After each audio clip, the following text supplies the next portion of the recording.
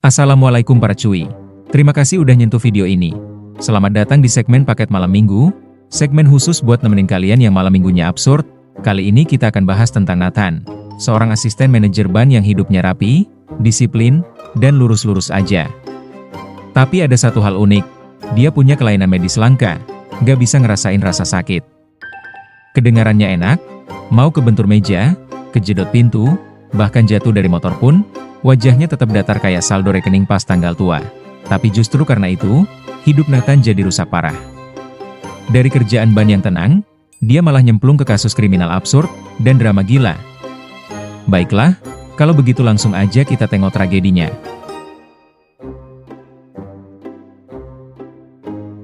Cerita berawal dengan seorang pemuda yang baru bangun.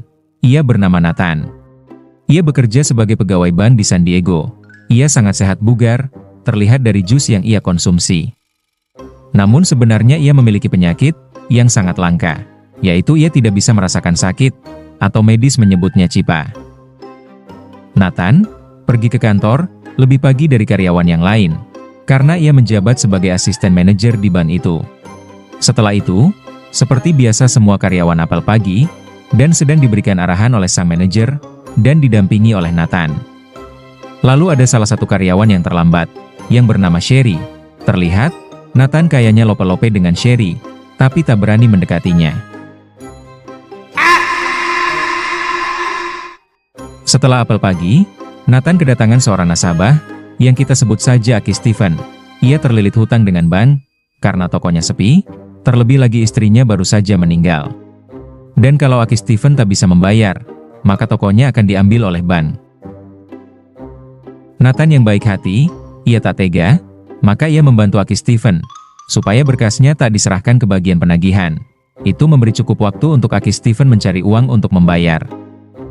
Aki Steven pun berterima kasih, karena sudah memaklumi kondisinya, yang sendirian ini. Lalu ia pergi. Setelah itu Nathan membuat kopi, tapi dikagetkan oleh Sherry yang memanggilnya. Tangannya terkena kopi yang panas, tapi Nathan santai aja, dan meminta Sherry tenang, lalu ia pergi. Di ruangannya, Nathan mengobati luka bekas kopi tadi, dan tiba-tiba Sherry datang untuk meminta maaf, sekaligus ingin mentraktir Nathan nanti siang.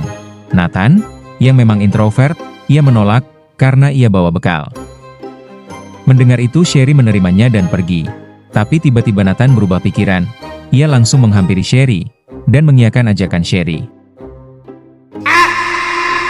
Singkat waktu, mereka berdua pun makan siang bersama. Di situ Sherry mulai bertanya kepribadian Nathan, sudah punya pacar atau belum? Yang dijawab langsung oleh Nathan, ia orangnya introvert, dan tidak terlalu suka bergaul, dan ia tak memiliki cem-ceman.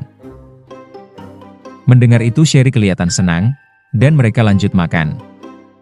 Malamnya di rumah, Nathan sedang main game online. Dia curhat kepada temannya, bahwa tadi siang Sherry mengajaknya ke pameran seni. Tapi kayaknya ia akan menolaknya dan akan di rumah saja. Namun si teman berkata Nathan sudah membicarakan Sherry berbulan-bulan. Itu tanda bahwa ia cinta mati, dan menyarankan untuk pergi bertemu Sherry. Keesokan malamnya ia datang untuk pameran seni bersama Sherry. Sherry berkata, ia juga mengikuti komunitas seni, dan salah satu karyanya ada di depan Nathan. Nathan yang gak tahu-tahu amat tentang seni ini, mengapresiasi karya dari Sherry yang tampak vulgar dan eksotik. Setelah itu mereka minum-minum ringan. Sherry bercerita bahwa, ia berasal dari panti asuhan, hidupnya nomaden, dari satu panti ke panti lain. Sampai umur 12 tahun, ia diadopsi, dan punya kakak laki-laki dan orang tua angkat. Tapi karena keluarganya kurang harmonis, maka ia memutuskan untuk mandiri dari umur 18 tahun. Lanjut, setelah minum-minum, Nathan mengajaknya ke rumah, untuk menuju ke tahap berikutnya, yang pasti semua tahu.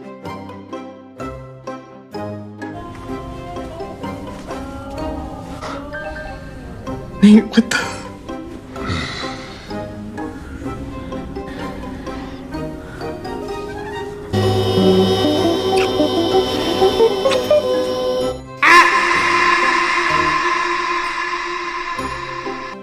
Pagi harinya setelah sudah lega, Nathan terbangun tanpa Sherry yang sudah cabut.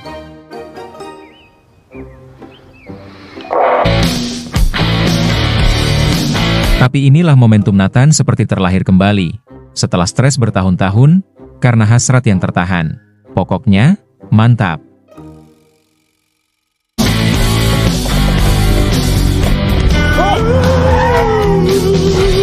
Di kantor pun, ia mengalami kenaikan mood yang bombastis. Sampai akhirnya ada 3 Sinterklaas masuk, dan akhirnya... Gentlemen! How can I help you? We're here to make a withdrawal. Sinterklaas masuk, dengan membawa senjata, berniat untuk merampok ban ini, membuat semua orang ketakutan. Live to open up your presents. Boom! Mr. Manager! Lalu salah satu Sinterklaas memaksa manajer bank untuk membuka brankas yang ada di ban ini. Si manajer yang nyalinya oke, ia tak mau membuka brankasnya, menjadikan si manajer dipukuli, sampai tak berdaya, dan ia langsung dihabisin.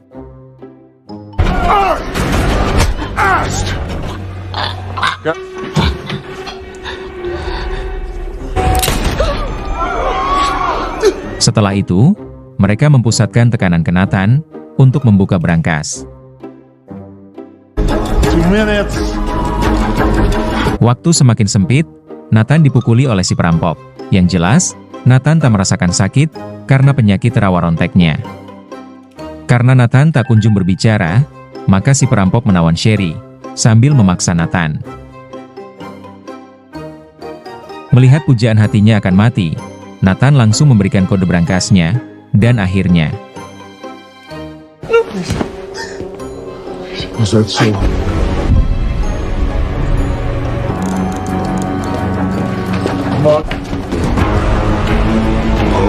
Para perampok mengambil semua uang, tapi mereka sudah dikepung. Mereka pun tak kehabisan akal. Sherry akan menjadi tameng hidup mereka, supaya para polisi tidak bisa menyergapnya. 3, 2, 1. Okay. Okay. Guns on the ground! Let's take it easy.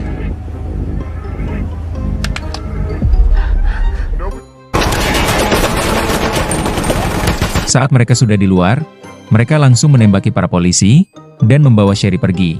Yang sementara Nathan baru sadar, setelah dikepret si perampok.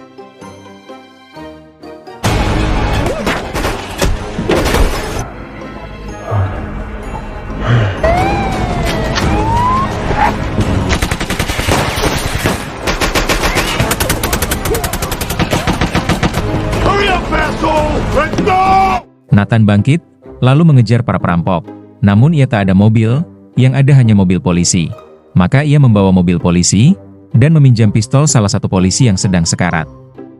Oh my God, what am I doing?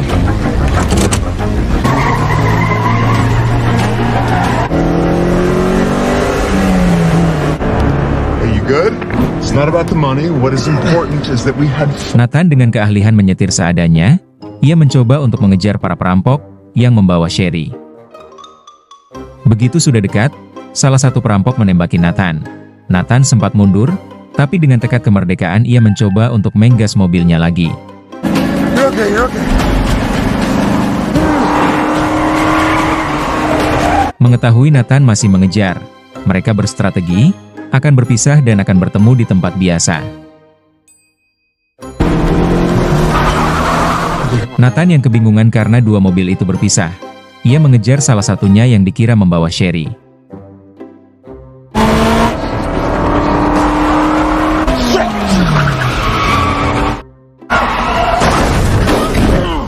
Namun pelarian si perampok berakhir. Itu menjadi kesempatan emas 24 karat untuk Nathan. Nathan menghampiri dan bertanya, "Di manakah Sherry?" Namun di sini, si perampok sadar bahwa Nathan bukan polisi. Maka ia langsung menekan Nathan, dan ini yang terjadi.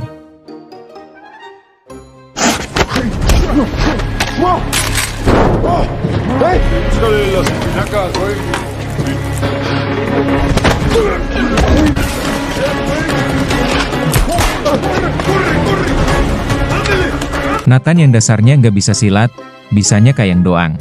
Ia bersembunyi di kolong meja, karena nggak bisa ngelawan. Tapi akhirnya...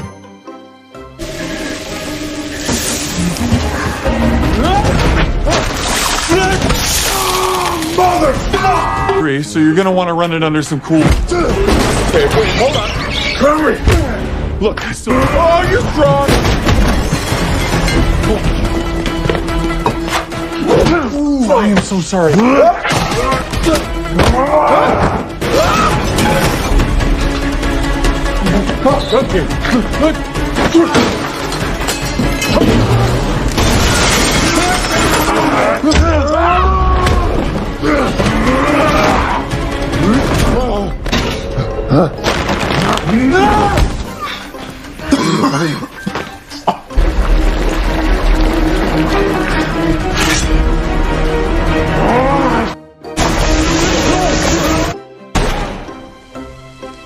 Nathan tak sengaja menghabisi salah satu perampok, dan setelah itu ia muntah.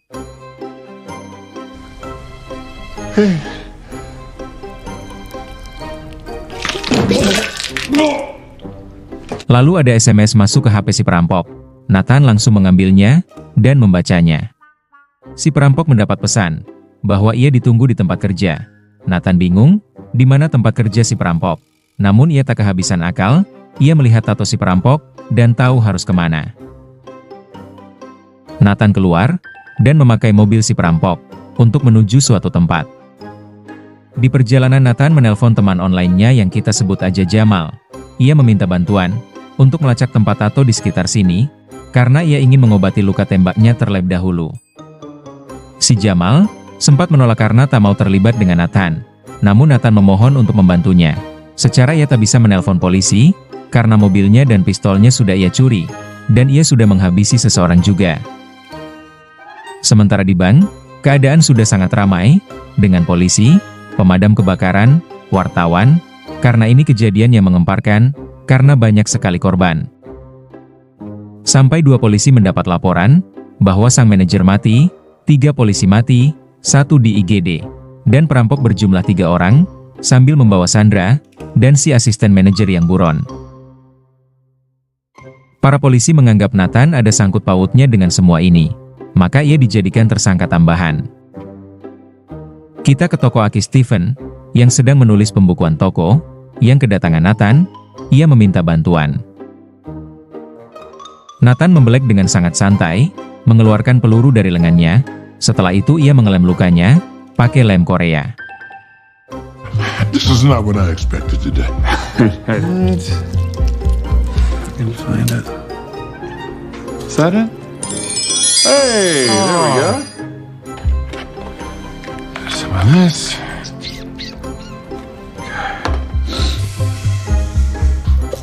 Go. Here we go, see? Lalu supaya nggak pingsan, ia menyuntikkan adrenalin, agar kembali strong dan bertenaga, untuk mengejar perampok itu.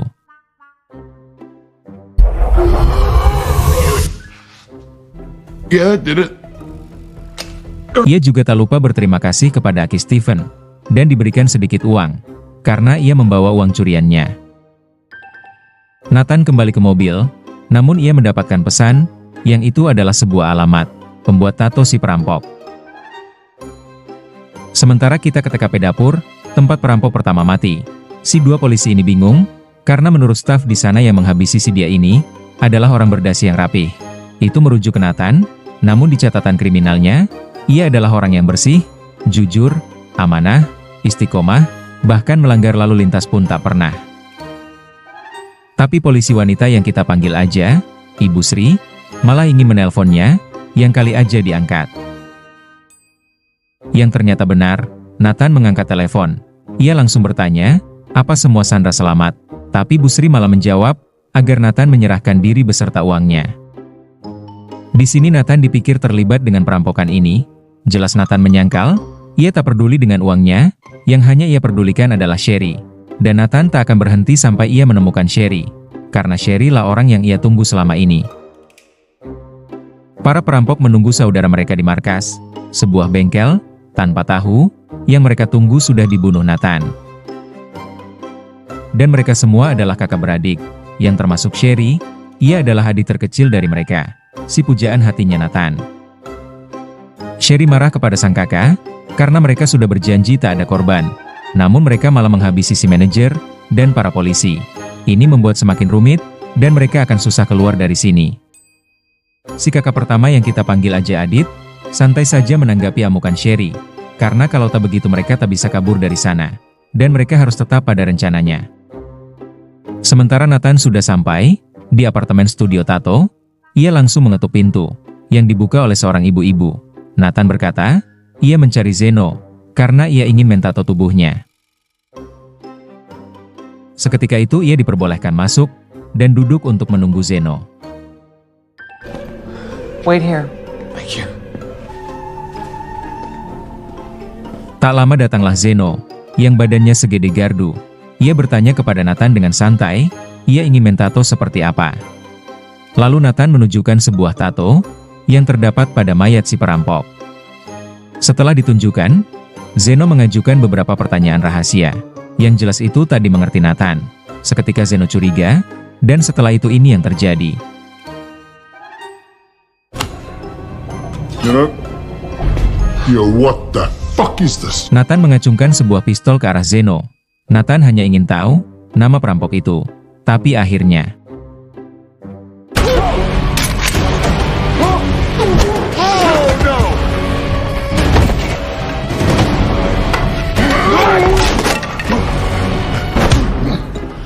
I'll give you another one for free.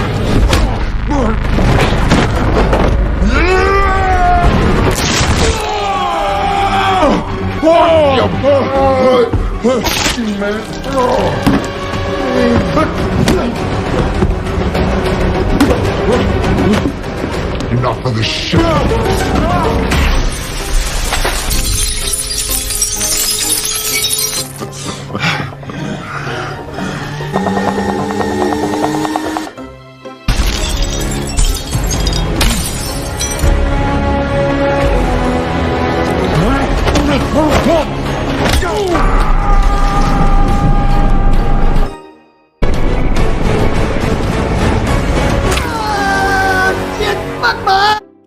Setelah itu ia menekan Zeno, dengan alat tato yang diarahkan ke lehernya, agar Zeno memberitahu nama si perampok.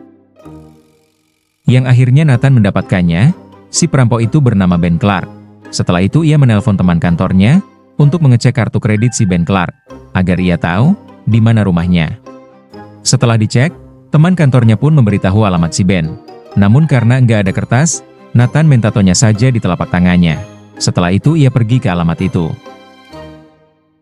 Di bengkel, mereka semakin cemas, karena Ben tak kunjung datang. Maka si salah satu perampok yaitu Gavin. Ia memutuskan akan pergi ke rumah untuk mengeceknya. Kita ke Nathan yang sudah sampai rumah Ben, ia langsung masuk ke dalam.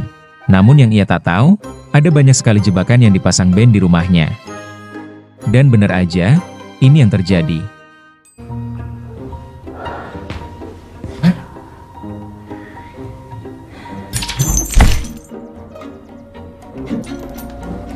What is that?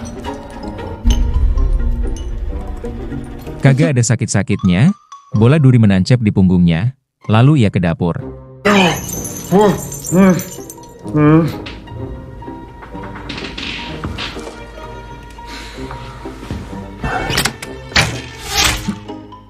Di dapur, ia malah ketancap busur panah, tapi ia lanjut mencari, sampai akhirnya Nathan menemukan baju bengkel milik Ben, tapi tiba-tiba...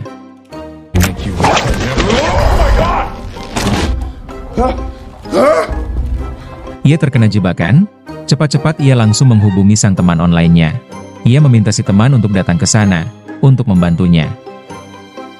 Sempat menolak, namun akhirnya si teman membantu Nathan, ia akan datang 15 menit lagi, menggunakan motor Harley kepala tengkorak. Namun saat menunggu, si Gavin pun datang. Mengetahui rumahnya kedatangan tamu, ia langsung mencari, yang akhirnya bertemu Nathan yang sedang tergantung. Di situ Nathan berdalih, ia hanya ingin mencuri di sini. Tapi Gavin tak percaya, ia malah balik bertanya di mana keberadaan Ben.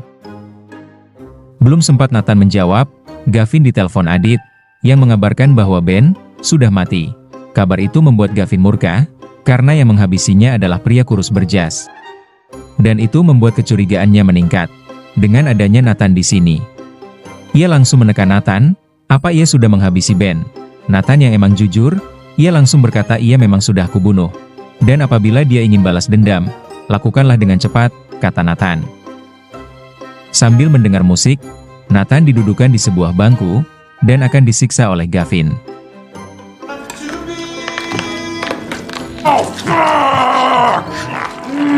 Nathan pura-pura kesakitan saat penyiksaan sambil menunggu si teman online datang. Dan akhirnya... No. Oh! This little piggy. Oh! Please, no.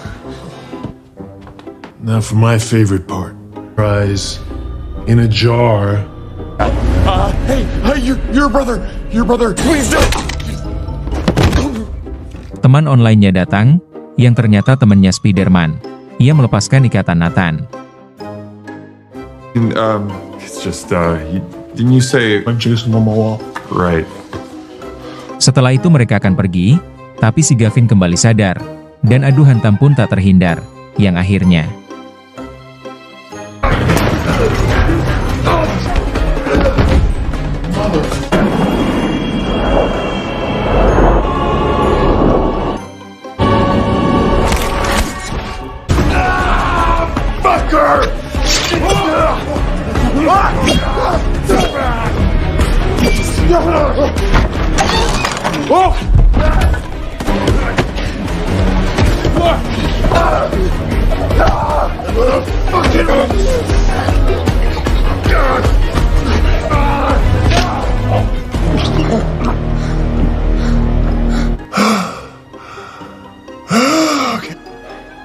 Good thinking.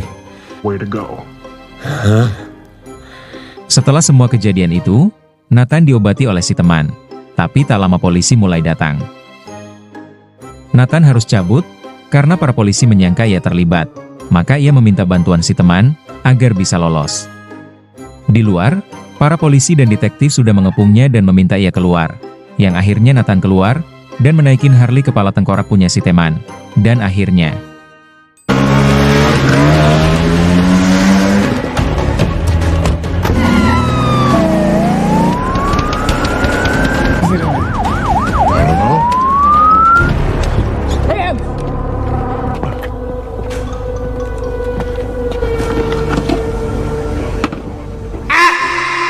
Mereka berhasil mengkelabuhi para polisi. Nathan sudah sampai di bengkel tempat persembunyian Adit dan Sherry. Sementara di dalam saat mereka ingin pergi, Sherry berubah pikiran, ia tak mau pergi dari sini. Itu membuat Adit marah, dan tiba-tiba... Let's get going.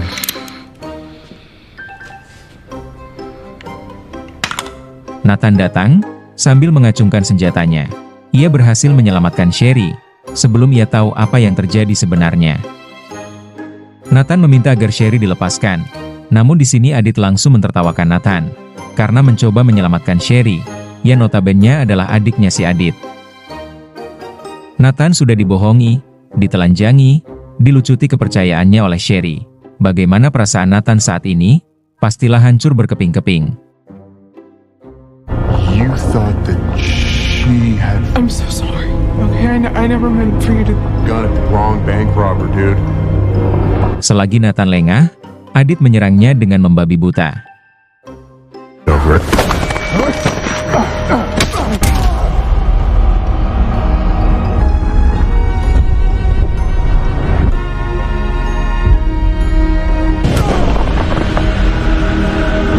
Nathan yang sudah hancur hatinya ini, tidak melawan sedikit pun, sampai kepalanya dijepit oleh ban mobil.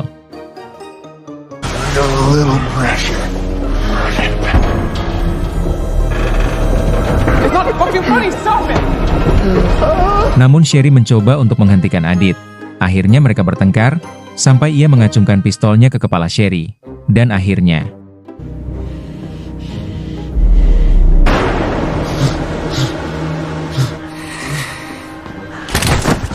para polisi berhasil melumpuhkan si Adit, menangkap Sherry, dan menyelamatkan Nathan karena bantuan informasi dari si teman.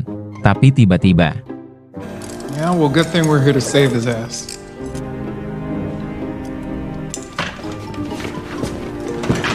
Five. You're still stretched thin. Does that mean I can punch life without me? Yeah, we'll just get the elves to do your paper. Amazing if we...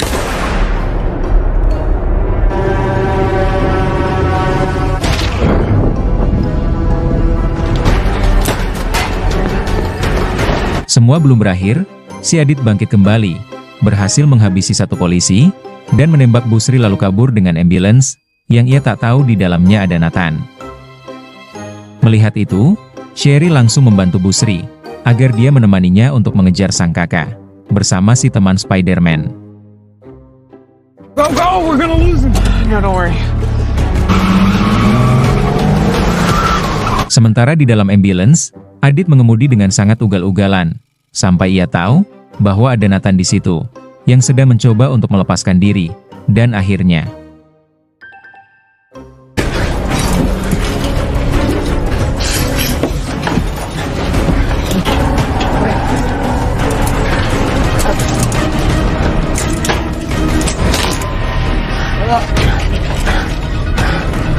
Nathan mencoba untuk melawan tapi ia tak ada pistol.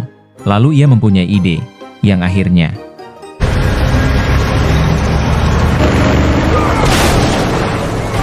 Fine, Sherry. You know that? Tell her that he clear.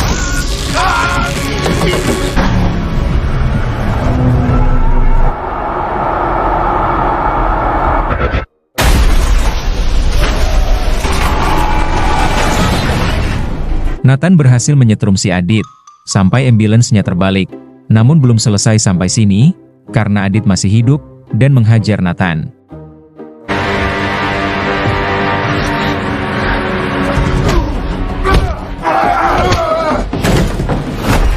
We heard it, Bank Boy.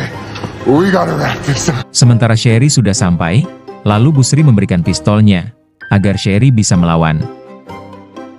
Nathan digebukin habis-habisan, tangannya dipatahkan, sampai akhirnya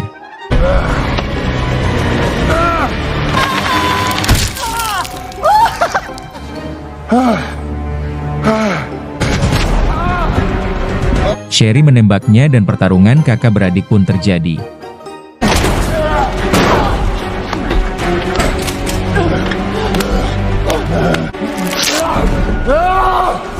Tak mau Sherry mati, Nathan melihat suntikan adrenalin. Ia merangkak, dan ini yang terjadi.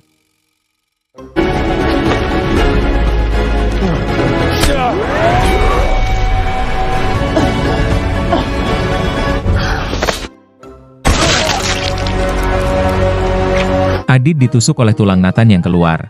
Ia akhirnya tewas juga. Beberapa minggu setelahnya, Nathan kembali sadar dengan semua badan yang harus diperban, dan ia ditemani oleh teman Spider-Man yang setia menunggunya. Lalu si Ibu Sri datang. Ia berkata, semua pelanggaran Nathan diampuni, karena ia juga menyelamatkan nyawa polisi, dan ia mendapatkan 6 bulan masa tahanan rumah. 1 tahun kemudian, Nathan kembali bermain game bersama si teman. Lalu ia meninggalkan si teman, karena sudah ada janji untuk kencan, bersama Sherry di dalam penjara. Yang akhirnya Me too. Man, don't make me come over there. See you soon.